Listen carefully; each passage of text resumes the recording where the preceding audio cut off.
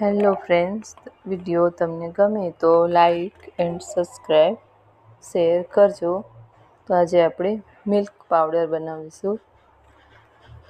બચ્ચાઓ મોટાઓ milk સાથે પી શકે એવું, અને એનું દિમાગ પણ એકદમ તેજ થાય. બચ્ચાઓ પીએ તો યાદદાસ્ત પણ વધે.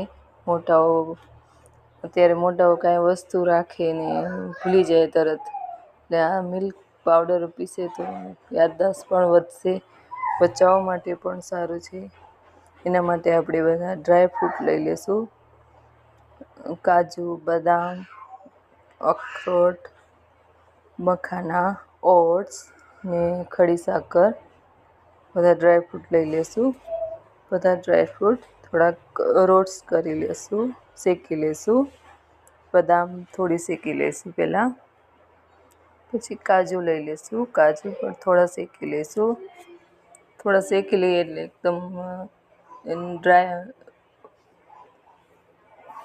ક્રિસ્પી થઈ જાય, એટલે મિક્સરમાં ક્રશ પણ સરસ રીતે થઈ જાય.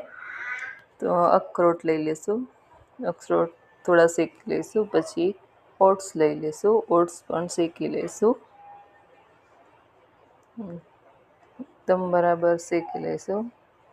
પછી મખાના શેકી લઈશું. 2 બાઉલ જેટલા મખાના લઈ લઈશું. મખાના પણ એકદમ ક્રિસ્પી થાય ત્યાં સુધી શેકી લઈશું. આ પાવડર એકદમ હેલ્ધી અને સારો છે. ટ્રાય કરજો ફ્રેન્ડ્સ. બચ્ચાઓને ભાવશે પણ ખરો. દૂધમાં મિલાવીને આપશું તો.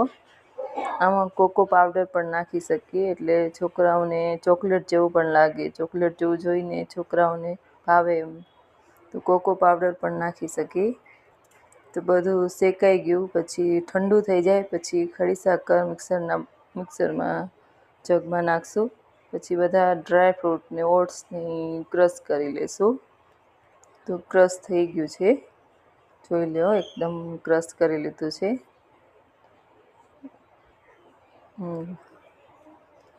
હવે આપણે એક જારમાં ભરી લઈશું.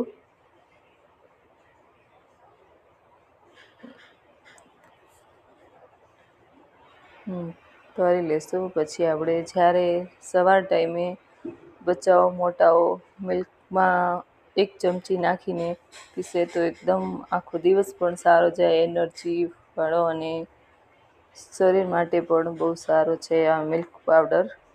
જરૂરથી બનાવજો. એન્જોય.